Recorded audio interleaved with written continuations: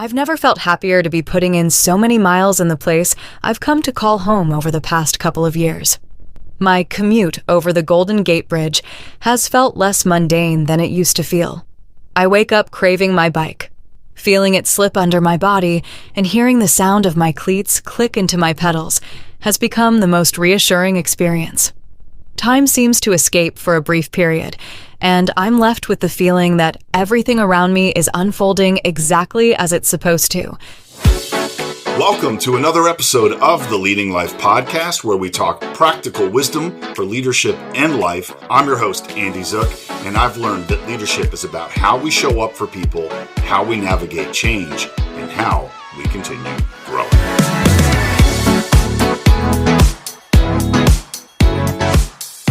Right now on today's episode, Born to Go Forward, the extraordinary life of Moriah Wilson.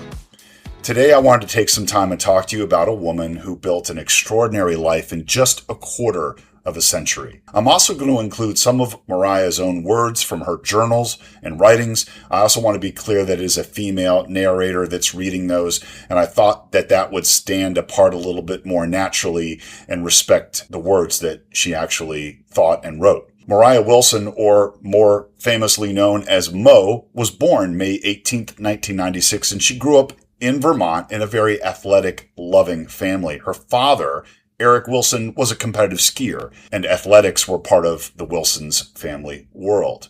Mo herself developed into an exceptional skier. She wasn't just merely participating, she was driven. And it's amazing to me how some people seem to discover very early on in life that effort itself can become part of their identity. Mo attended Burke Mountain Academy in Vermont, one of America's premier training grounds for elite young skiers. This wasn't your typical high school sports program. Burke existed to develop athletes capable of competing at the highest levels of skiing, including the World Cup and the Olympics. Imagine going to a high school where your graduating class might have fewer than 20 students and nearly everyone around you is chasing an extraordinary athletic dream. Mo participated in Burke's winter ski program as a middle schooler and enrolled full-time by 9th grade. She was a skinny 14-year-old with the build of a distance runner, but skiing was the dream. And something else underneath that was already beginning to reveal itself for her. Like many competitive skiers, Mo rode mountain bikes as part of her cross training. And skiing wasn't entirely new to her. And cycling wasn't entirely new to her. She had grown up around mountain biking in Vermont, but at Burke, coaches started seeing something unusual. She had incredible ability at riding. And early morning training rides, the road would turn upward and other athletes began to struggle, but Mo seemed to come alive. One of her coaches, Craig Subir, later remembered that the boys coming into breakfast after those rides had been absolutely worked over by this young, skinny teenage girl.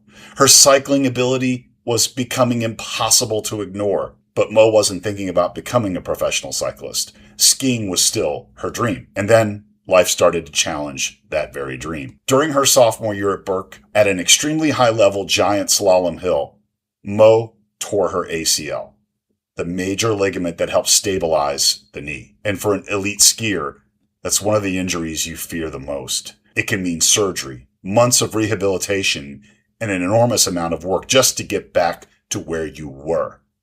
But Mo fought her way back. Eventually, she achieved another dream, joining the alpine ski team at Dartmouth College. And then, 3 winters after that first ACL injury, she tore her ACL again. Think about that. You've dedicated much of your young life to becoming an elite skier. You've already fought your way back once. You've reached Dartmouth, and now you're facing another major rehab. At some point during this period, Mo even considered whether perhaps she should stop skiing together and pursue cycling instead. But she wasn't ready.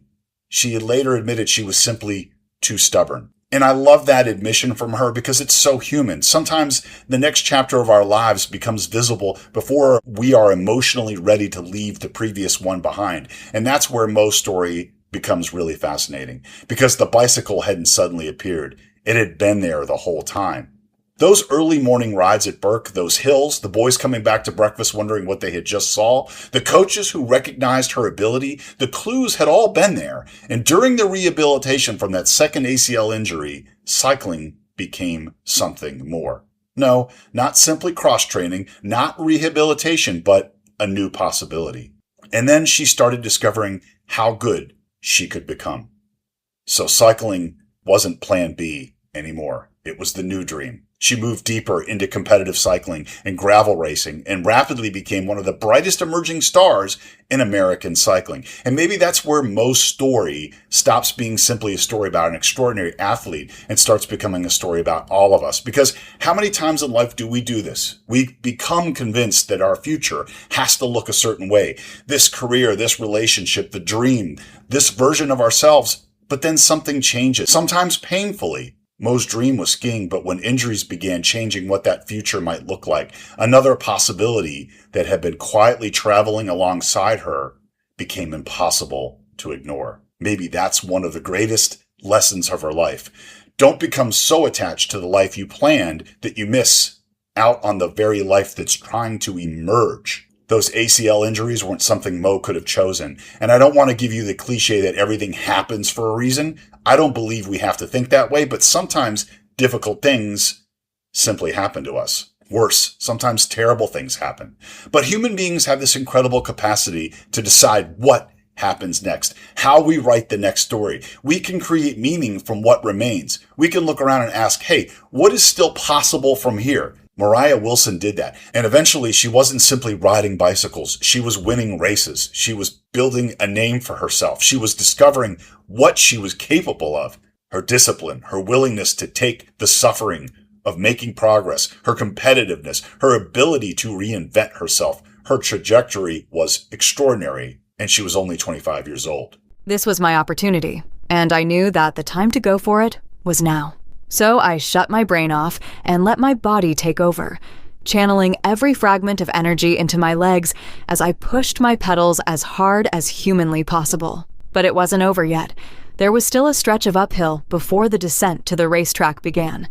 I kept going. Then on May 11th, 2022, while in Austin, Texas, preparing for another race, Moriah Wilson's life was tragically taken from her. And I'm not going to spend any time on this episode talking about the person who took it from her.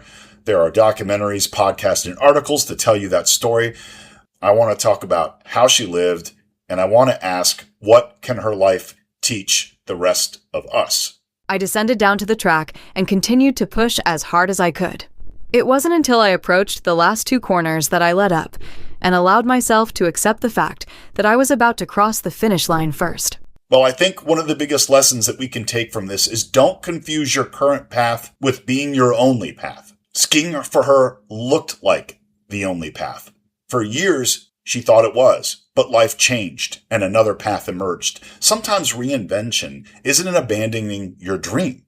Sometimes it's discovering that the dream was bigger than you originally understood it to be. Maybe you've spent 20 years defining yourself by your career. Maybe you've always imagined your life unfolding a certain way, and now something has changed. That doesn't necessarily mean the dream is over. It simply means the road is different, and a new road needs to be taken. The other thing that I want us to take from her is using adversity as information. Not every setback contains some magical hidden blessing, but every setback changes the landscape. And when the landscape changes, we have to look at it again.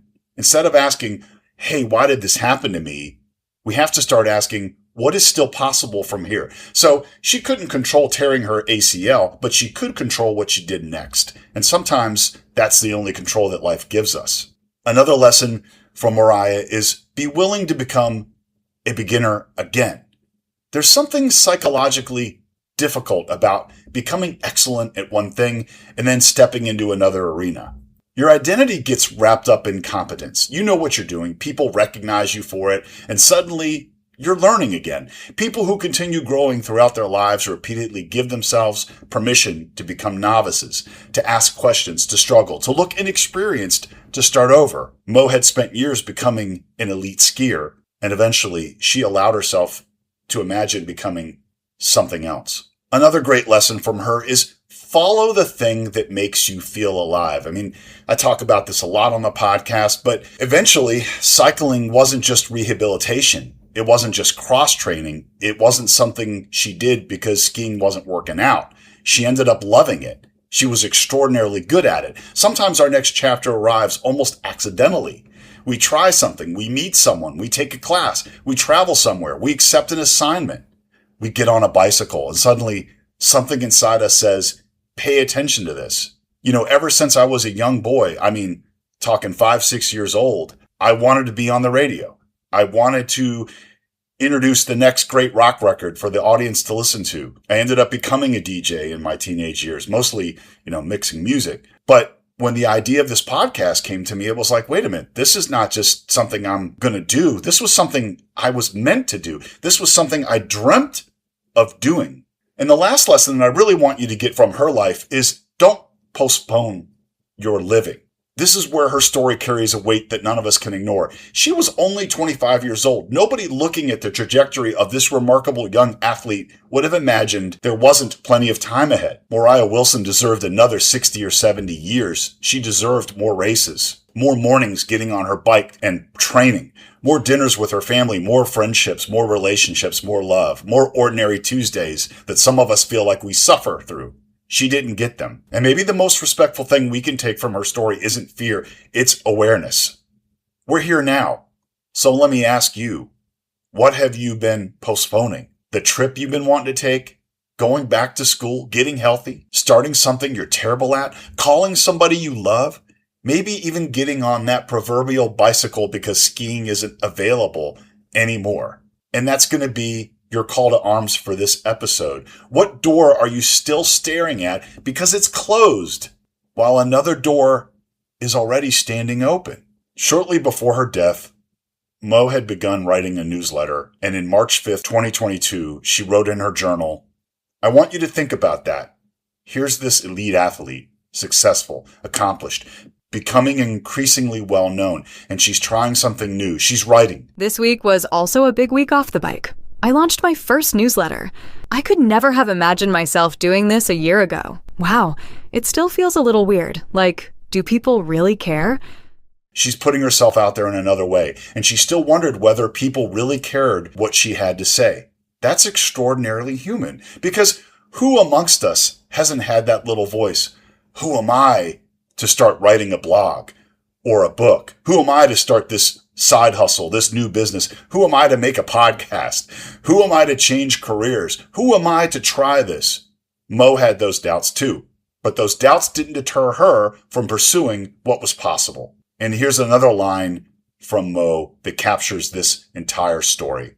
For the first time in a while, I feel like I'm truly seeing all the possibilities of what my life could look like. So what do I want it to look like? What do I value? What do I stand for? What gets me out of bed in the morning? What sort of mark do I want to leave on this world? Possibilities. Maybe that's ultimately what this episode is about. Moriah Wilson's story ended way too soon, but before it ended, she showed us something remarkable. A girl became a skier became an elite athlete. An athlete got hurt, but she fought her way back, and she got hurt again, and eventually the bicycle that had been quietly helping her train became something bigger. She became one of the most exciting rising stars in American cycling.